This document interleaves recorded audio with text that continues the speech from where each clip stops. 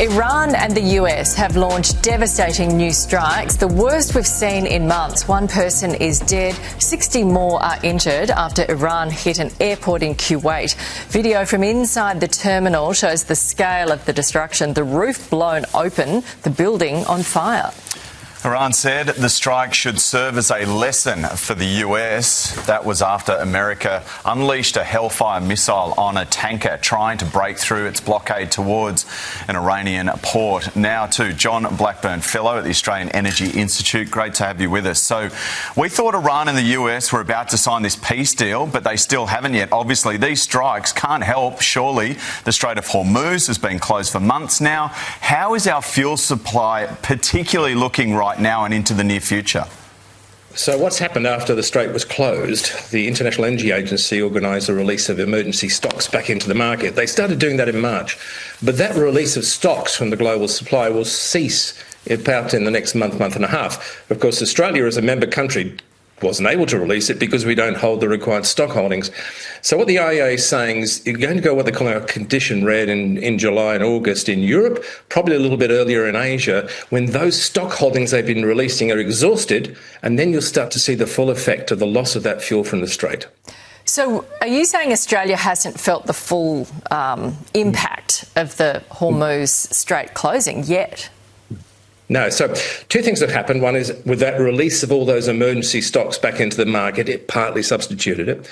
And what the government's done has been good. It's worked with industry and actually supported and subsidised in some cases other sources of fuel. But we're going to get to a stage globally by that July where all those spare emergency stocks are gone. And then we've got to deal with the reality of that shortage. That's when it'll really start to bite. And because we're so dependent on the Asian refineries, which were so dependent on the Strait of Hormuz, it'll be more difficult for us, particularly in the next month and a half, than those in Europe, for example. John, one expert in the US is saying that this won't resolve itself, won't revert back to normal until late 2027. Is that what you're saying? I don't think we're going to go back to normal for a couple of reasons. Just say magically the strait was reopened and that actually stayed open, and that's a big step to take forward. What's going to happen then is that people will try, as their stocks start to flow again, they'll take a couple of months. They're not only going to go back to their fuel demand what it was before the war, because the countries and businesses are going to try and restock all those emergency stocks. So the demand won't be at the 100% level. It could be 110, 120%. So as the whole system comes back online, the demand goes above the previous level. This is going to be a problem for the next 12 months.